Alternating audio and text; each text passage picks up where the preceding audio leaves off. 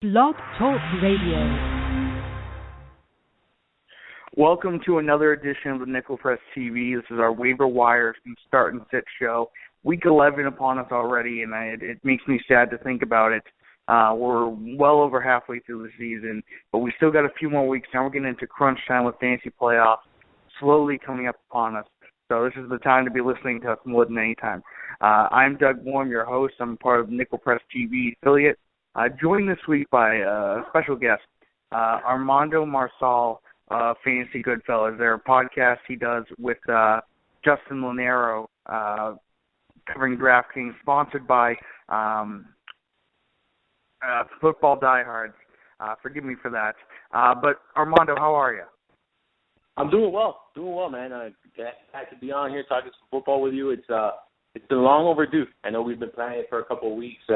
Our schedules haven't permitted us to, but I'm glad to be here tonight and look forward to talking football with you, man.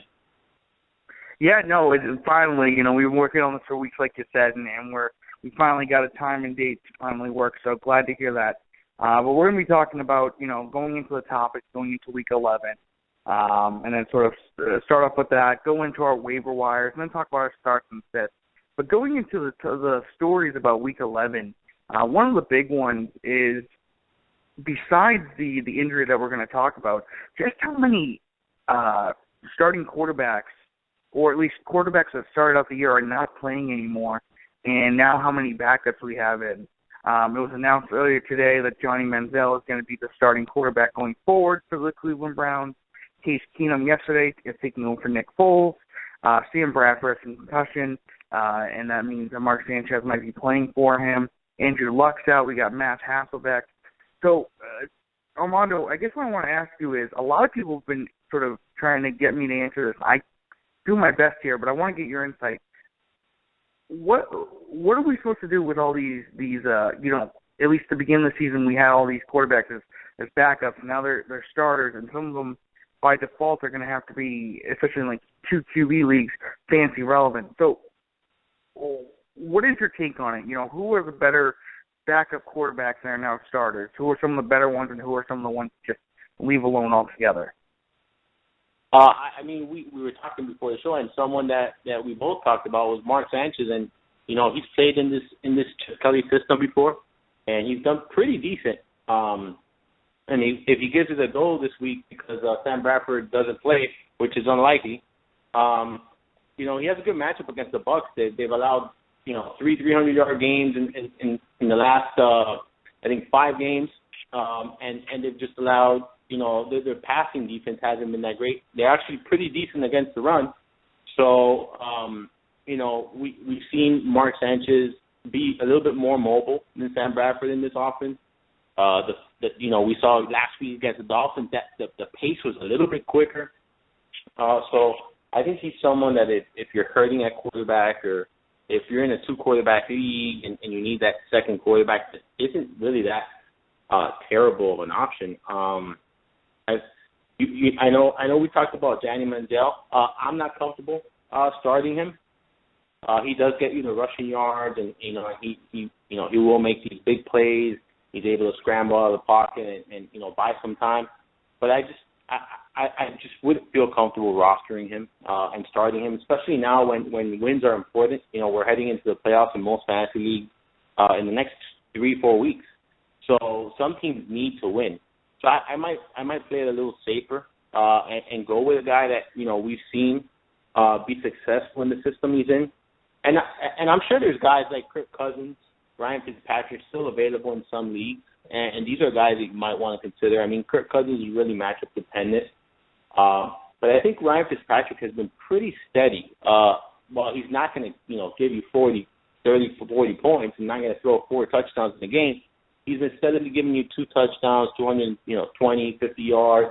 So I think he's someone that could be helpful moving forward. Yeah, definitely. It's just we've seen the situation where, like I said, so many injuries, demotions, benching, trades, whatever it is. And I like the point they brought up. Mark Sanchez did well last. I'm not sure if it was last season or the season before, but he's in that type of offense where they're going to run a lot of plays. They have playmakers, especially DeMarco Murray, and their run game starting to solidify. And then they've also got Jordan Matthews, who looks to be doing a little bit better than he was to start the season. Possibly a little bit of Zach Ertz in there. Josh Huff has made a few plays. But it's that type of offense where you're going to see possibly, especially in the matchup, where he's going to throw a lot of yards. He might throw 2 touchdowns, but he might throw a pick as well. So it's that kind of stat line that we can predict. A lot of yards, decent amount of touchdowns, but almost guaranteed to throw at least 1 pick, given the actual talent level of the quarterback. One quarterback we didn't mention, and I want to ask about Matt Hasselbeck. He played pretty decently when he subbed in for Andrew Luck earlier in the season. Now, granted, he was extremely sick for one of them, but he's also got weapons. Frank Gore is starting to come around now that they're taking the they're not holding him back as much as we get deeper into the season. T.Y. Hilton looks to be healthy. Dante Moncrief isn't hurt. He's got the tight ends as well, and Andre Johnson. Is Matt Hasselbeck someone that you would feel comfortable with on a bye week as a flyer? Actually, yeah. I mean, you did say something. He's been steady. He played 2 games this season. He threw for over 200 yards in each of those games. Didn't throw an interception, and was pretty accurate. Over 62% completion in each of those games. So he's someone that, like you said, about the Eagles. The Colts have a ton of weapons too. They got T.Y., Moncrief, run game. You got 2 tight ends that are very good, and they have a lot of options. So I think for a quarterback that doesn't make mistakes, a quarterback that's just going to pretty much control the pace of the game, he's someone that is a good option if you're hurting at quarterback. These quarterbacks on the waivers, they're not gonna get you 300 plus passing yards every week and 3 touchdowns. We have to understand that. So we want someone who won't hurt us and won't lose a game for us. And I think Hasselbeck is one of those kind of quarterbacks. Yeah, definitely. He's I would think an Alex Smith type player where he's not going to make a lot of mistakes, but he's not going to put up a lot of points in the same breath as well. So he's sort of a mix and match. But he's got the weapons. Some decent matchups coming up because we don't know when Andrew Luck's going to be back. He's dealing with a kidney injury or kidney laceration, I guess you could call it. But moving on sort of to, I guess, the injury we have to talk about, and not only because it's my Patriots, but also because of who it was and what he'd been doing this season. So on Sunday, Julian Edelman left with a foot injury. It was revealed to be a broken 5th metatarsal bone, the same injury that Des Bryant had. Des Bryant missed 6 weeks with it. Julian Edelman underwent surgery yesterday. He is projected to miss 6 to 8 weeks. In the interim, Danny Amendola comes in. The guy who I remember got signed for $5 million a year for 5 years, or I'm sorry, $6 million for 5 years, making $30 million, and he had not done much. Now's his time to shine. Obviously, he's a guy that you want to pick up on your waiver wires, especially in PPR leagues. For the rest of the season, I'm going to assume that Edelman's out. What's your take on Danny Amendola? What's his ceiling? What's his floor? What can he be for people that are lucky to get him probably tomorrow morning? I certainly don't think he will replace Julian Edelman entirely and put up Julian Edelman numbers, but he is capable of it. I think we saw that last week with 10 receptions, 79 yards. He caught 10 of his 11 targets, which is, it shows his ability to be a good pass catcher. We've known that in the past. And this is a team that passes a lot. This is a team that, they're going to run up the score. You're a Patriots fan, so they're going to run up the score, and they'll do it against a defense in whatever way they can. So if it's a defense that's weak against the pass, they're going to attack that. If it's a defense that's weak against the run, they're going to attack that. But we know that Tom Brady likes to pass the ball. He likes it, these short passes, and he's gonna target Amendola quite often. I think there might be inconsistency. I don't think he'll be catching 8-9 passes a game every game, but I think we're going to see a lot of more good games and bad games from Amendola, especially, also someone that they're going to be missing, is Dion Lewis. So I think a lot of those targets are going to have to go somewhere. And, we've seen Gronk stay back and block a little bit because of the trouble with this offensive line. So it's going to be a lot of LaFell and Amendola on the outside. It's just a matter of, consistency. That's what concerns me, although I don't think it's going to be a big issue. Yeah, no, I would think that's the biggest thing, like you point out, inconsistency. That's something that Julian Edelman brought to the team. Now, one of the things I saw on Sunday from watching the game was during that game-winning drive that the Patriots had, Amendola made two crucial plays. He got a first down on a fourth down reception, and he also was able to catch and spin out to actually get 5 more yards to help set up the game-winning field goal. I think that Tom Brady trusts him. He's going to have to trust him whether or not he wants to or not anyway. Like you said, Deion Lewis is out. Now Julian Edelman's out. And, they got Brandon LaFell. They got Rob Gronkowski. But they love to pass it, like you said. They're going to have to throw it somewhere. Not a guy that I'd recommend picking up. This is somebody different right now. But my boy Chris Harper was just put on the 53-man roster. He's a wide receiver out of, I believe, Fresno State. Who knows what he can do, but I like him. So, but we'll see. But yeah, especially in those leagues with return yards, because I don't know if he'll continue to be doing returning pass or kick return, but he is an asset in that game as well. And those who count it, yardage, touchdowns, he has even more value. So there's that. But some of the other things going into sort of week 11 is, we got some buys and then all that. And then we've seen some running backs, that were injured and left, and now we have backups in there that are now playing, like someone like Charkandrick West. He's really come on in the past 2 weeks. I think he was one of only 2 running backs that had 100 yards rushing, and I think he finished like 169. I want to ask you, at least for me, because I don't own him anywhere, but I have to face him a few times, is Charkandrick West for real, or is he just an illusion? He looks for real. He looks real. He did it against a tough defense last week, against the Denver Broncos. I really was not expecting that kind of game from him, to be honest with you. He scored 2 touchdowns and went, over 140 yards from scrimmage. So he's been receiving the bulk of the carries here in Kansas City and been doing a good job at it. Been very efficient, scoring touchdowns and getting the yards. He's getting the yards.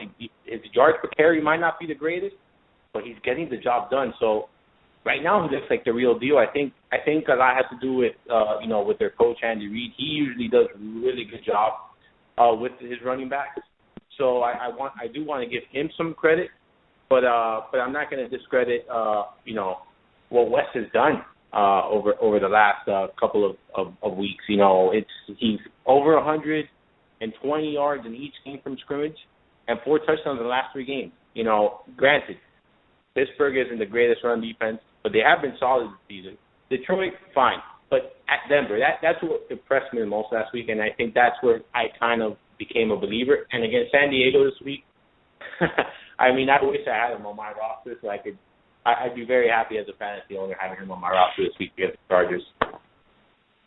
Yeah, he arguably, everybody thought when he was, when Jamal Charles went out, that they thought Charkandrick West, he was this guy who was hyped up, was going to do really well. And then he puts up a dud the first week he's the starter, and then, everybody's like, oh, I'm going to drop this guy. He's nothing. And then look what he's done since.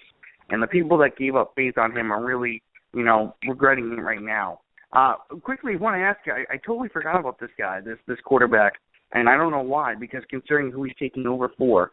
But Brock Osweiler is taking over for Peyton Manning, who is quote-unquote hurt. I'm a New England guy, so obviously I'm going to be speculating on something else. But Brock Osweiler, real quick, we didn't talk about him. What do you think of him, especially with the weapons he has, and, Demaryius Thomas, Emmanuel Sanders, I guess you could say Vernon Davis? But what would you say about that, his prospects? Is he, would you put him higher than, say, a Matt Hasselbeck, or what would you do with him? No, just because we really, are not sure what he's done, what he can do. He has 1 touchdown in the NFL. So, yeah, he has a ton of weapons, but he also has a shaky O-line. which is I think why we're seeing Manning hurt this season. Aside from aging, this O-line isn't the greatest, and the run game hasn't established, so they're pretty much one-dimensional right now, which concerns me for a young quarterback, because if defenses are going to be able to put the pressure on him, he could make a lot of mistakes. So I would, if you have room in your roster and you want a speculative ad, I mean, feel free to do so. But I wouldn't, feel comfortable putting him in right away, without knowing what we're going to see or expect from him. I personally don't think, he's someone that I would roster and I would start because of the unknown. But, it's like I said, it's more of a speculative ad than anything else. So I guess the other thing, you brought up the run game a little bit. Do you think that with Brock Osweiler in there, they're going to rely more on the run game, which in turn would help it or hurt it? Now, granted, the reason I say it would hurt it is because maybe they're expecting more of a run game based on basically the quarterback switch. We're talking about a Hall of Famer, and then we go to a guy who really hasn't done much in the NFL. So do you think this helps or hurts, Ronnie Hillman or C.J. Anderson? I think Ronnie Hillman will get a lot more opportunity. I really wasn't a big believer in C.J. Anderson preseason. I had him much lower than most. We saw, I think it was 8-9 games of him last season where he did well, and I think a lot had to do with the system and how well this offense was clicking and playing. And they did, do some offensive line. There was some changes in coaching, so I was a little bit apprehensive about him. So I would say Ronnie Hillman should see an uptick in carries, but so should Anderson. I just don't know how efficient they'll be because this is an offensive line that has had trouble creating holes all season, and this running game has really struggled. So I don't know how much better it's going to be when the talent at quarterback isn't necessarily better back there. So defenses might be more entitled to stack 8 in the box. If that's the approach that the Denver Broncos are going to go with running the ball. So if they're too predictable, that's going to hurt everyone on this offense because defenses will be able to exploit that. So yeah, I think volume will increase, but I don't know if the efficiency will. Yeah, no, and I guess the other question is considering just the change. But for me, I would be concerned if I owned either of these two guys. But what do you expect now with Emmanuel Sanders and Demaryius Thomas? Are they still going to be able to put up, top, 12, top 15 numbers as we've seen for most of the season? Or, just based upon pure volume that they're going to be the only targets really that they're going to be thrown to? Or are they going to dip now? Are they going to dip because of just the change, even though how bad Peyton Manning's done this season? Well, I think the volume will remain the same. However, I think their ceiling is capped. I think they probably won't be able to reach their maximum ability, and reach their ceiling. So I think that's capped. But based on volume alone, like you said, they still can sneak in the top 15, top 12 in production based on volume alone. I mean, we've seen back quarterbacks get the ball to receivers over and over and over again. I mean, look at Brian Hoyer and Hopkins. I mean, if you look at Hoyer, he's not all that great, but Hopkins is one of the best receivers in the league right now with Hoyer at quarterback. So these good receivers, they find a way to get it done. It's just a matter of the amount of targets they receive. If that remains steady as it is now, then they can continue, as a top 15 pair. But I just don't know that, their seeding is definitely going to be capped though. Yeah, no, I would think just based upon pure volume alone that they're going to remain up there. But sort of transitioning into our next part, which is sort of talking about, the waiver wire and who to talk about. And we talked about, the quarterbacks, and we talked about, Danny Amendola, and we talked, like I said, the backup quarterbacks as well. I want to get into some of the other guys that, most are recommending to pick up this week, and even I'm recommending as well, and I want to get your take on as well. I guess the one I want to start with is, we saw Matt Jones go off for 100 and I want to get this number right, 186 yards from scrimmage. 186 yards from scrimmage on Sunday against the Saints. Now, granted, it's the Saints. And also, he got a lot of yards on one play. It was like a 75-yard screen play, but still, it was a touchdown. 186 yards is nothing to cough at or sneeze at, whatever you want to prefer. And he's got out of the next 3 weeks, he's got 2 decent matchups. He's facing Carolina this weekend, but then he's facing New York, the Giants, as you say, and then also Dallas as well. Before I actually ask you, we have a special guest calling in. You know him very well. He's got about 5 minutes with us, but I wanted to get him on. This is your co-host, Justin Lonero, the other half of the Fantasy Goodfellas. So I'm putting him through right now. But Justin, how are you? You should be there. What's going on, guys? Hey, how are you? Good. I'm doing all right. Thanks for having me on. What's going on, Mondo? Yeah, it's all right. How's it going, bud? It's my pleasure. We got the Fantasy Goodfellas here. We got them live in the flesh and for free. I know you got limited time with us. Yeah, I know we got limited time with you, Justin. So I was just talking about Matt Jones a little bit. We saw him put up 186 yards against the Saints. Now it's the Saints. They just fired their defensive coordinator. But do you see him going forward being able to do more now that they're actually seeing more stable outputs in their offense with Kirk Cousins, Deshaun Jackson, Jameson Crowder, Jordan Reed? What do you think about Matt Jones going forward? I think you got to like what he's done so far, but I mean, at the end of the day, it's another committee. Alf Morris did his thing as well, and I don't know that it says a ton.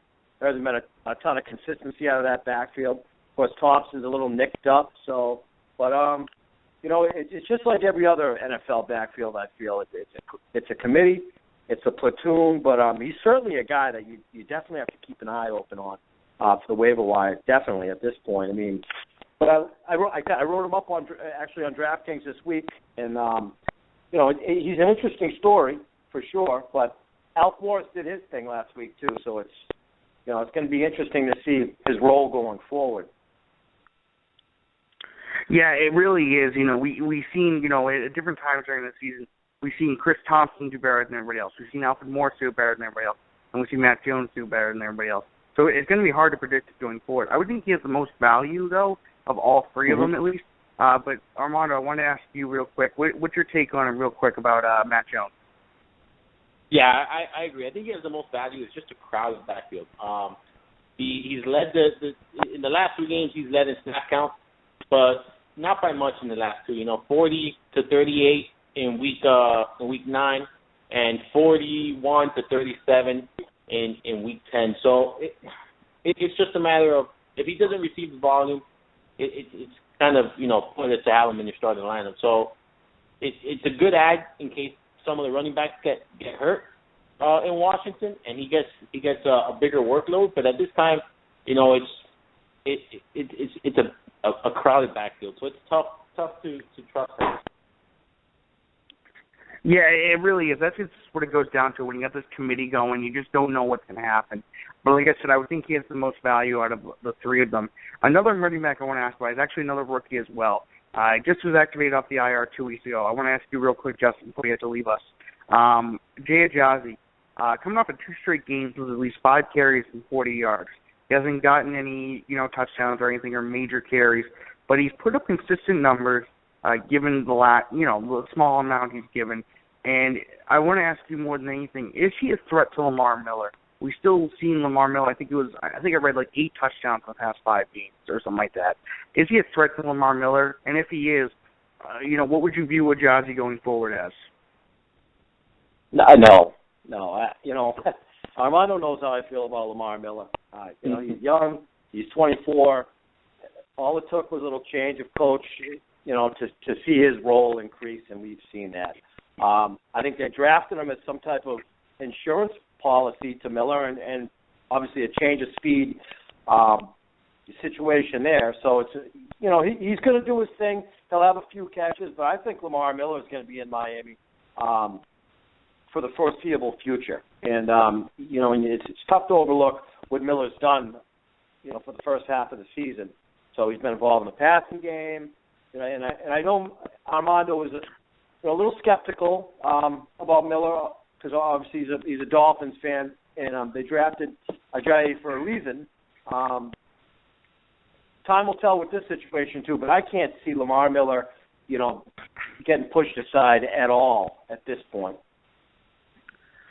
Yeah, no, it's really hard to see that, especially, you see somebody coming on the scene, but then you see the starter, the de facto running back, doing really well. And just Lamar Miller has been crazy. He's in one of my money leagues, and I couldn't be more fortunate to have him doing what he's doing right now. Armando, what do you think? I guess it's sort of to change the question a little bit. If Lamar Miller went down, what would you view Jay Ajayi as? Say he's the top back, he's the top running back in Miami. What would you view him as? Oh, based on the way they're scheming now, I think he'll be anywhere between a 15 to 18 carry running back per game. I mean, if not more. They're relying heavily on the run. They're establishing the run early in games, and they're sticking to that, and it's worked. So I think if something I like to do at this point of the season, if you have some space in your roster and in your bench, is add running backs that have potential to be full-time backs or get a lot of carries if the starting running back goes down. And I think he fits that description in Miami. Yeah, no, definitely. I just think that, they have two talented running backs, but you really can't. If you got something good going, why change it? Why change something that's going well? That's Lamar Miller. Yeah. But Justin, I know you only had about 5 minutes with us. I don't want to keep you long. Appreciate you coming on, though. Yeah, no, definitely fun. I appreciate, having both of you guys here. It's a blast. I'm getting a free podcast right here in front of me. But appreciate you guys coming on. Well, appreciate you coming on, Justin. And I know you're working right now, but I again, appreciate you taking, 5 or so minutes to come out and talk to us. Anytime, Doc. I appreciate it. Mondo, I'll talk to you soon, Justin. buddy. We will. I'll talk to you soon, Doc. All right. I can't wait, Justin. All right, boys. All right, have a good night. So that was Justin, the tag team of Justin and Armando, and we're here with us now. It's Doug and Armando. I wouldn't say it's a better version, but it's still something. Moving on to another. Yeah, I'm sort of the backup. But talking about going into a tight end now that I'm telling people, I've been telling people for a while to sort of pick up and actually view him as someone you can stream every week, depending on the matchup. I'll be talking about him a little bit later, talking in our starts and sits. But Jacob Tamme has surprisingly brought production back to the tight end position in Atlanta, which we haven't seen since Tony Gonzalez. I wrote this down a little bit, but he has had at least 2 straight games of 10 targets and 60 yards receiving. He was on bye last week. I know he had 100 yards in week 8, and then in week 9 he had 6 catches for 60 yards. Leonard Henderson is expected back, but Jacob Tamme I think has earned the trust of Matt Ryan, and he's been used a lot in that short to intermediate game as sort of a check down guy, sort of a safety valve, especially when Julio Jones gets double coverage and Leonard Henderson gets a cornerback on the other side. I love Jacob Tamme as sort of a top 15 tight end, but I want to get your take. What do you think about Jacob Tamme? Do you think he can put up decent enough production to stay fantasy relevant going forward? I'm much like you. I like stream. If I don't have a good tight end, I like streaming tight end. Moving forward, every game I'm not sure I feel fully comfortable with him. But this week, I love the matchup against the Colts. They've allowed a touchdown in 4 straight games to opposing tight ends. And like you said, in week 8, Tamme caught 10 passes, 103 yards, scored a touchdown. Last week, 6 catches for 61 yards. He's getting double-digit fantasy points in PPR format for the last 2 weeks and has a great matchup this week. And like you said, he's been targeted over 10 times in that span. So he's actually averaging 6.6 targets a game, but has been targeted 10 or more times in 3 of the last 5 games, which is pretty good. Hankerson's banged up. Roddy White appears that age has caught up with him. and it's just pretty much Julio Jones, Devontae Freeman, and Jacob Tamme. So in an offense that, you know, usually passes the ball often, he's someone that you might want to add, and you could definitely plug him in this week, and see how that goes from there. My concern with him moving forward is consistency, which is why I would consider streaming, especially with some of his value. Yeah, no, that's probably the one thing we don't get out of the tight end position, which makes it so difficult to figure out who is good and who isn't. We see even, you know, we saw Gary Barnes, who, you know, is my homeboy. Gary Barnes has come onto the scene. Nobody heard about Gary Barnes before the season, at least in fantasy world. Nobody heard about him. You know, Greg Olsen has done well. You know, we saw Jordan Reed do well, and a lot of people were skeptical about Jordan Reed, but when he's been healthy, he's been doing really well. You know, it's just that consistency. You don't maybe outside the top 5, you don't know what you're going to get, and that's sort of what's difficult. So trying to find those I guess those needles in the haystack, I guess you could say, or the diamond in the rough. You know, you don't know what you're going to get. So, but I've just seen at least a decent bit of consistency from Jacob Tamme in an offense where it's pretty high powered considering the weapons. But the only thing that concerns me is Larry Hankerson coming back. How much does he take away from Tamme? Because he was sort of that number 3 option, and now Tamme might be relegated to a number 4 option.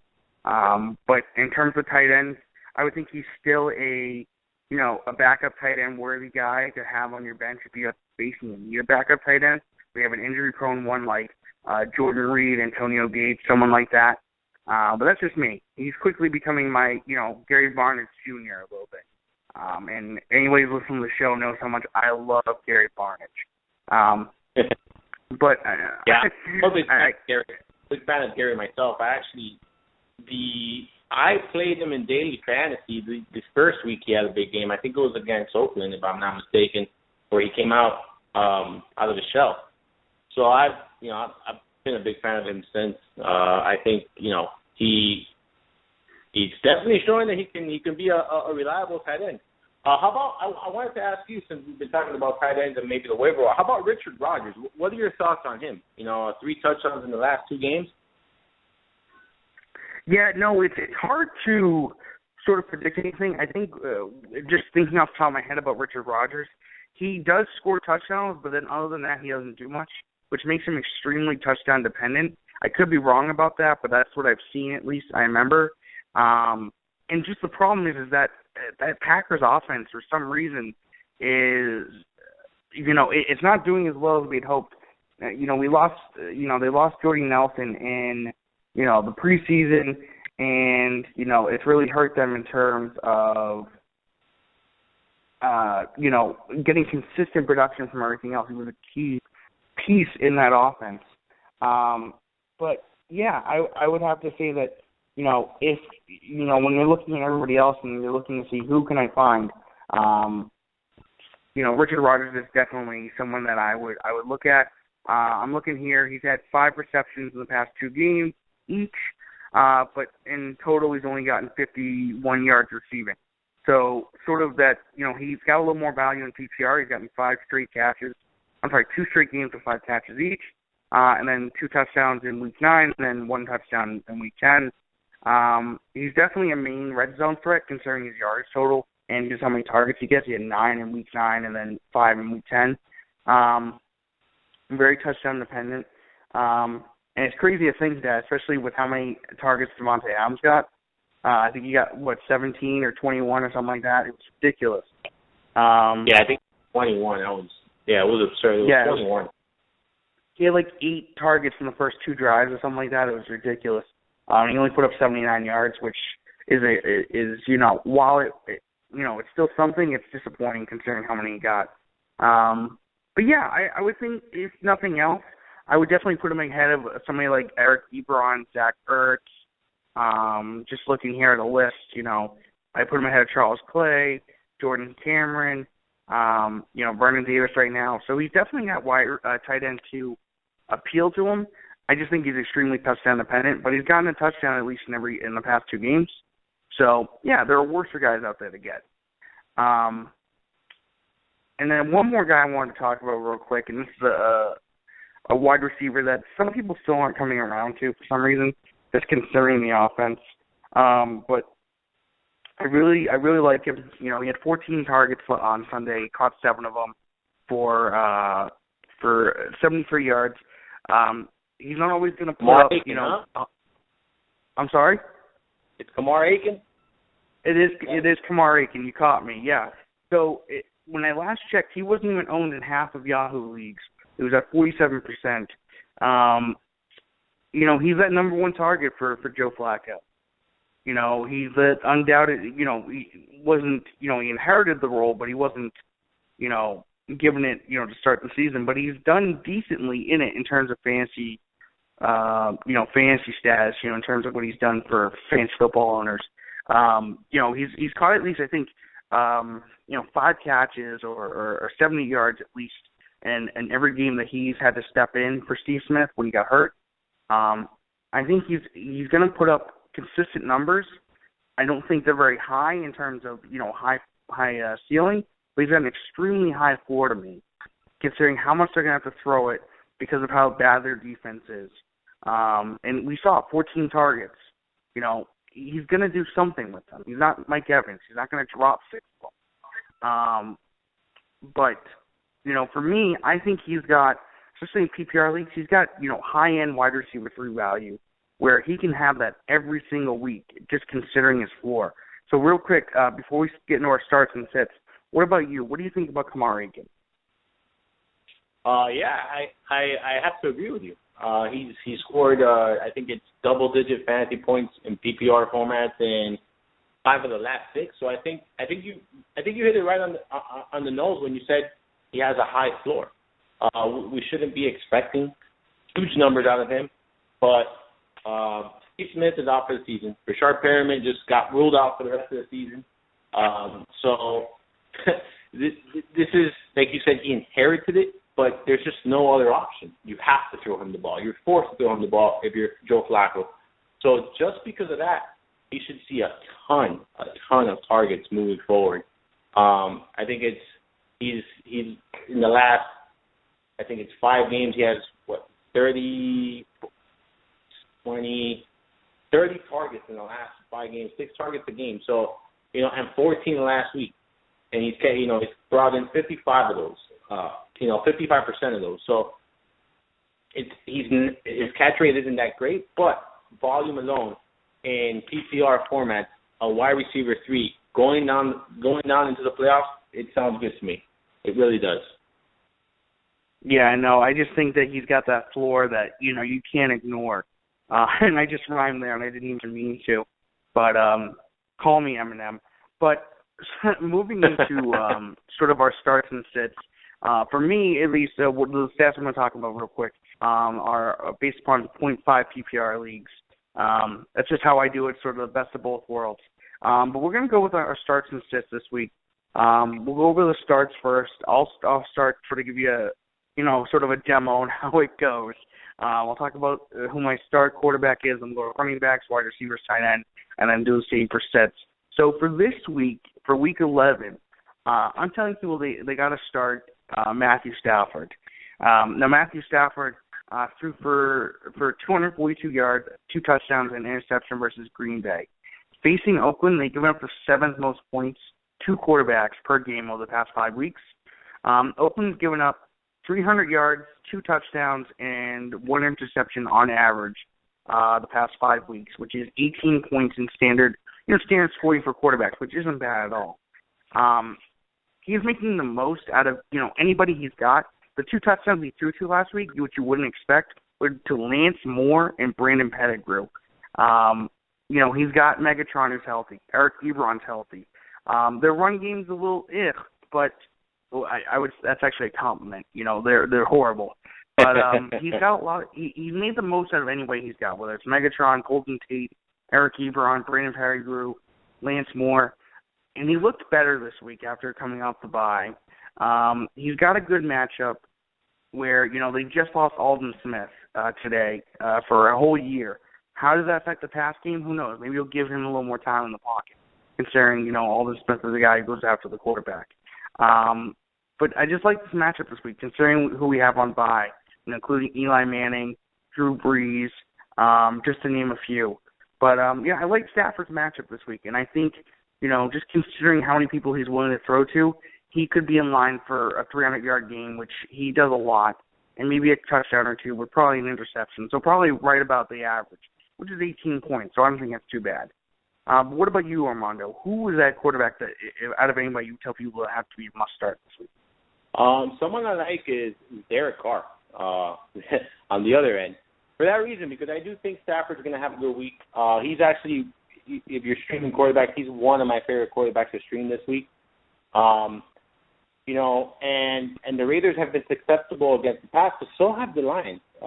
They've allowed 16 passing touchdowns this season. They've allowed over 300 yards in passing yards in 3 of their last 4 games. And Jay Cutler was able to throw 300 yards against them.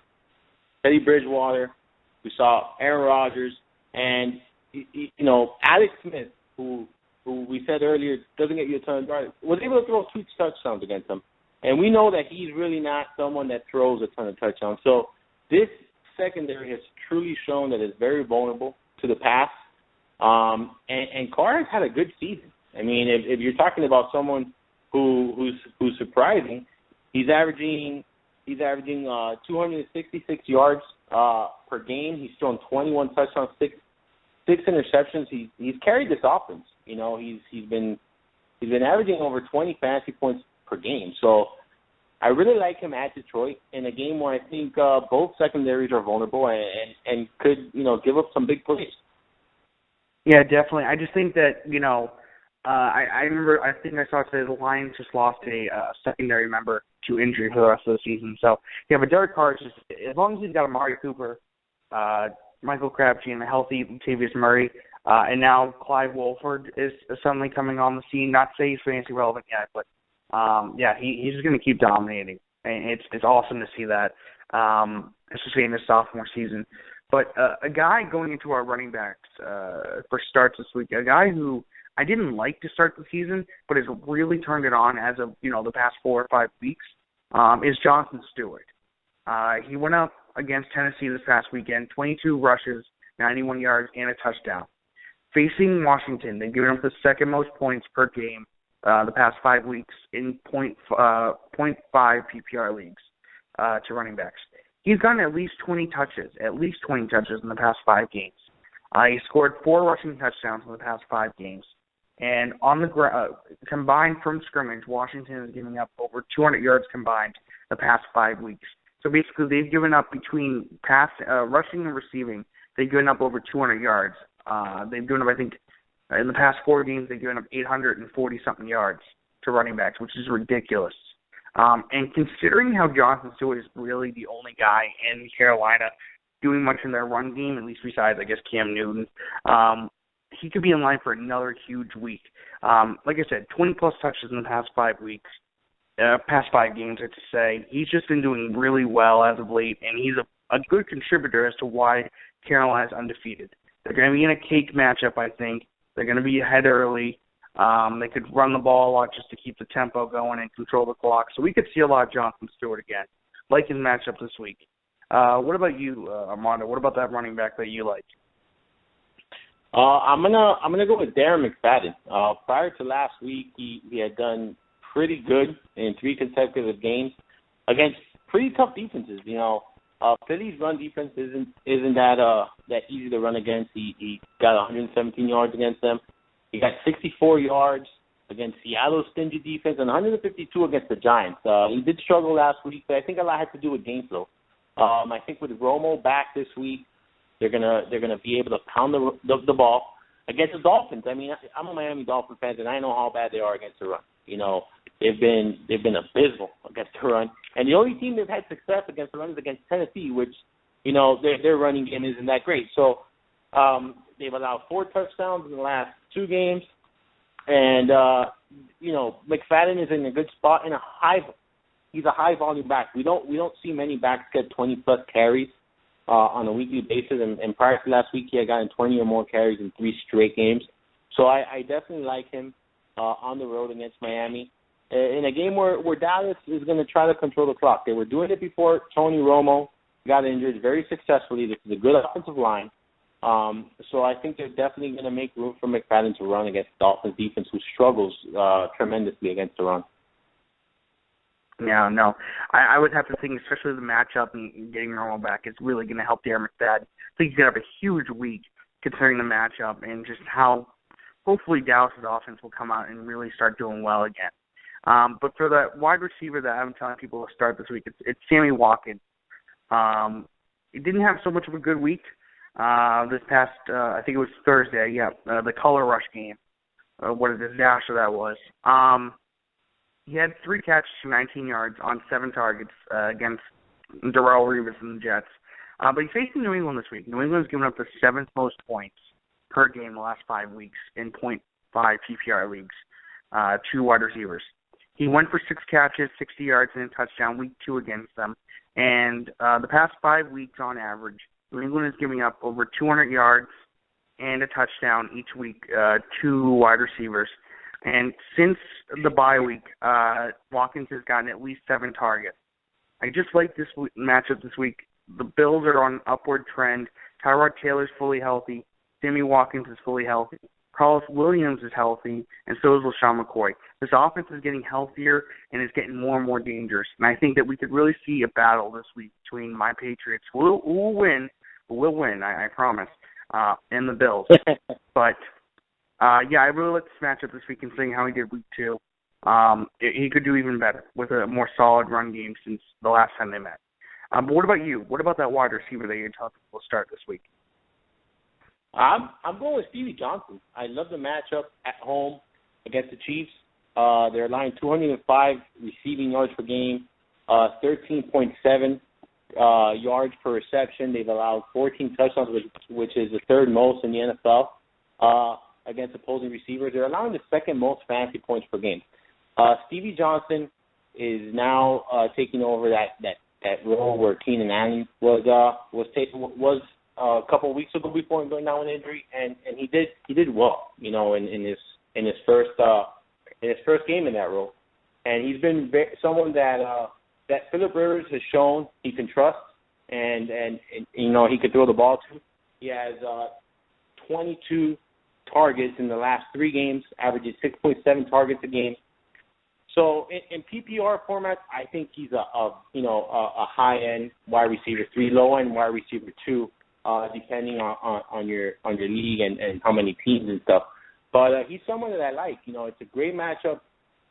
San Diego's coming off a bye week, should be well rested, and the Chiefs are coming off a very big win against a divisional rival. 4:00 game, traveling to the West Coast. So they might have given it all they had defensively last week, and could struggle this week against an offense that loves to pass. We've seen the Chargers; they can't run the ball. So I definitely think Stevie Johnson is someone that could be in for a nice week this week. Yeah, definitely, especially taking over that number 1 role. With Malcolm Floyd probably out for the rest of the season, Keenan Allen out, Ladarius Green still injured, and just that run game not doing well. But for tight ends this week, my must-start guy we talked about earlier, Jacob Tamme. I love him this week. I am not only telling you to pick him up, I want you to start him this week. He was on bye last week, but he's facing Indianapolis, his former team actually. Giving up the 2nd most points over the past 5 weeks. 2 tight ends per game in .5 PPR formats. In the past 4 weeks, Indianapolis has given up 373 yards and 4 touchdowns, 2 tight ends. That boils down to 93.25 yards and 1 touchdown. That alone, in any format, is, I think, 15.25 points, which is incredible for a tight end. He's had at least, like I said, at least 6 catches, 60 yards the past 2 games, and 10-plus targets in both. So I just really love this matchup this week. Like Armando said, Indianapolis has given up a touchdown to tight ends the past 4 weeks or 4 games in a row. So I just really love this matchup this week. But what about you? What's that tight end that you're telling me will start this week, Armando? I stream quarterbacks in tight ends in one of my leagues, and I usually target tight ends facing Oakland, and that's not changing this week. I like Ebron a lot. 18 targets in his last 3 games. This is an Oakland team that has allowed 10 touchdowns this season to opposing tight ends, a touchdown in 4 straight games, a touchdown in an awful one game. The only tight end that didn't score a touchdown against the Raiders defense this season is Owen Daniels. They held him to 0 catches. Other than that, they've allowed 1 touchdown, at least 1 touchdown a game. They're relying over 58 yards per game. So Ebron is in a good spot. We talked about how we like Matthew Stafford and how he's doing a decent job getting the ball out and passing a ton. So I think Ebron should be in for anywhere between 6 to 8 targets and potentially find the end zone. I think they're gonna attack the weakness of the Raiders defense, which is that middle of the defense, and Ebron could surprise me. Have a big day. I wouldn't be surprised, but many might, because of his lack of production. Yeah, no, just facing the Raiders, you got to think, tight ends and how they're going to do, definitely. So switching over to the sits, we got to go a little bit faster, unfortunately. That's what happens. Every week almost, we talk so much because we love fantasy football. We got to make sure we have enough time. We have 9 minutes left. We got to go through 8 players, 4 for you and 4 for me. So we're going to go a little bit faster here. Sit quarterbacks this week. I'm sitting Philip Rivers this week. Facing Kansas City, they've given up the fewest points per game the past 5 weeks to quarterbacks. They have gotten 11 interceptions in the past 4 games. The average is almost 3 a game. And Rivers could be without, he's already without Keenan Allen for the rest of the season. Might be without Malcolm Floyd, who has a shoulder injury. And he might be without Ladarius Green, who's still coming off an ankle injury. He's losing his targets, and it's only a matter of time until he stops doing, putting up production that he has been doing so far. Plus, he has a really tough matchup. I don't like it this week. What about you? What about that quarterback that you're telling people to sit this week? It would be Ryan Tannehill against the Cowboys. They've been doing pretty good defensively. They get pressure on the quarterback. Miami's offensive line is a little shaky. And only one quarterback has thrown over 300 yards against them. And they've only allowed 2 touchdowns on the last 4 games. So I don't like the way Ryan Tannehill has been playing as of late. So he's probably someone I'll avoid this week. Yeah, no, it's just for some reason the Cowboys on paper suck. Their defense, I guess, and I'm a big Cowboys hater apparently to people. So, I guess put me in the gurney or something like that. They always seem to do well against one position or another in terms of fantasy. My sit running back this week, and he was actually my start running back this week. The running back I was telling people to start last week, he's now my sit. That's James Starks. 15 carries, 42 yards, 6 catches, 54 yards against Detroit. Facing Minnesota, giving up the second fewest points per game in the past 5 weeks in half PPR leagues. Minnesota has given up 1 touchdown combined to running backs in the past 5 weeks. Starks has scored 1 touchdown in the past 3 weeks. He's put up the yardage, but he also hasn't been doing that well in the run game. He averaged less than 3 yards a carry against Detroit when Detroit gave up, 14 rushing touchdowns this season. Did not do very well. And that's partly on me. I told people to start him. But Lacey could be back. Now, I'm saying Lacey's going to take the job, but Lacey could be back. And who knows how much of an effect that will. That'll probably take away some carries from James Starks. But what about you? Who's the running back that you're telling people that need to sit this week, Armando? It's going to be T.J. Yeldon.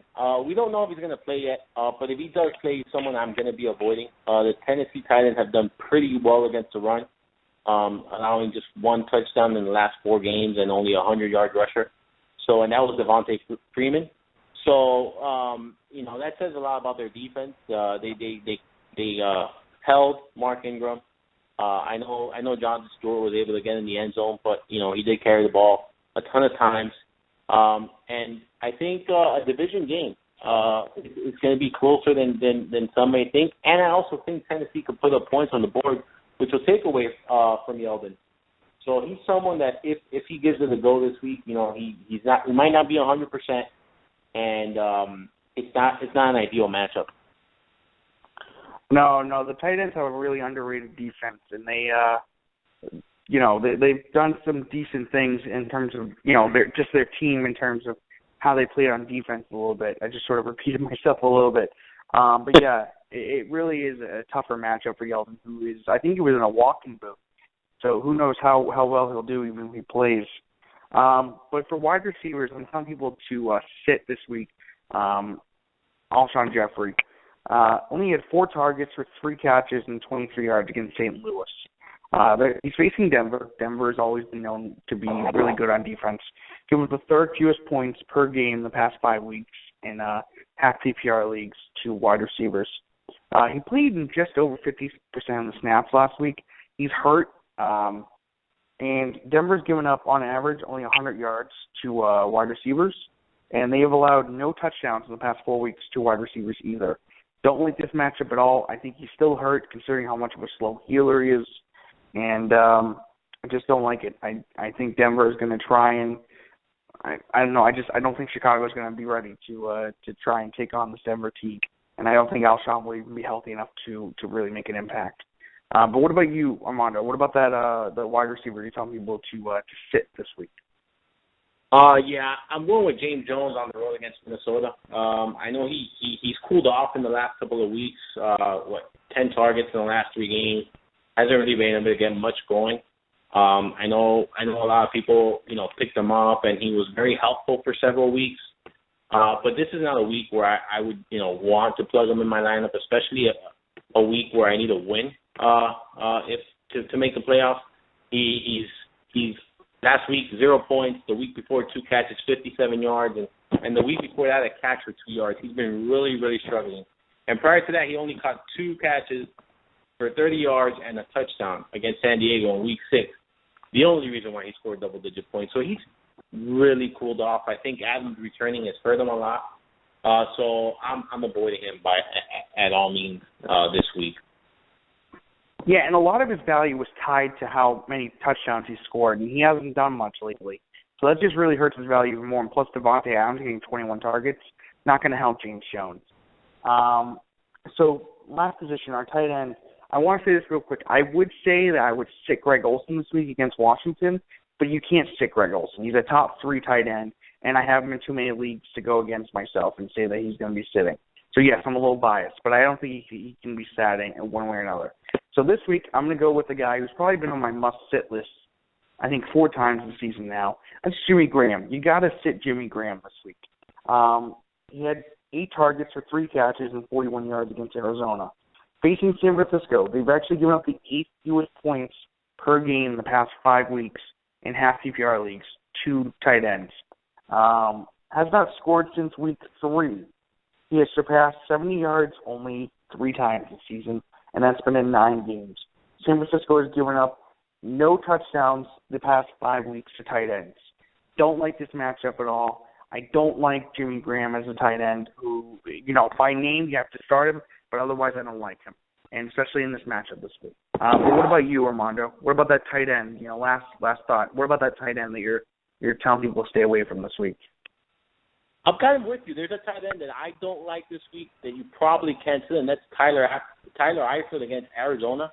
They've been really good against tight ends this season. We would think the opposite because they're one of the teams that we used to attack when it came to tight ends. But last week we saw 7 targets, 6 targets. Eifert's getting targets, so you can't sit him. So if you're going with someone else, I probably have to say Julius Thomas against Tennessee. We haven't seen much from him. He's someone that at least I thought was going to regress in this offense.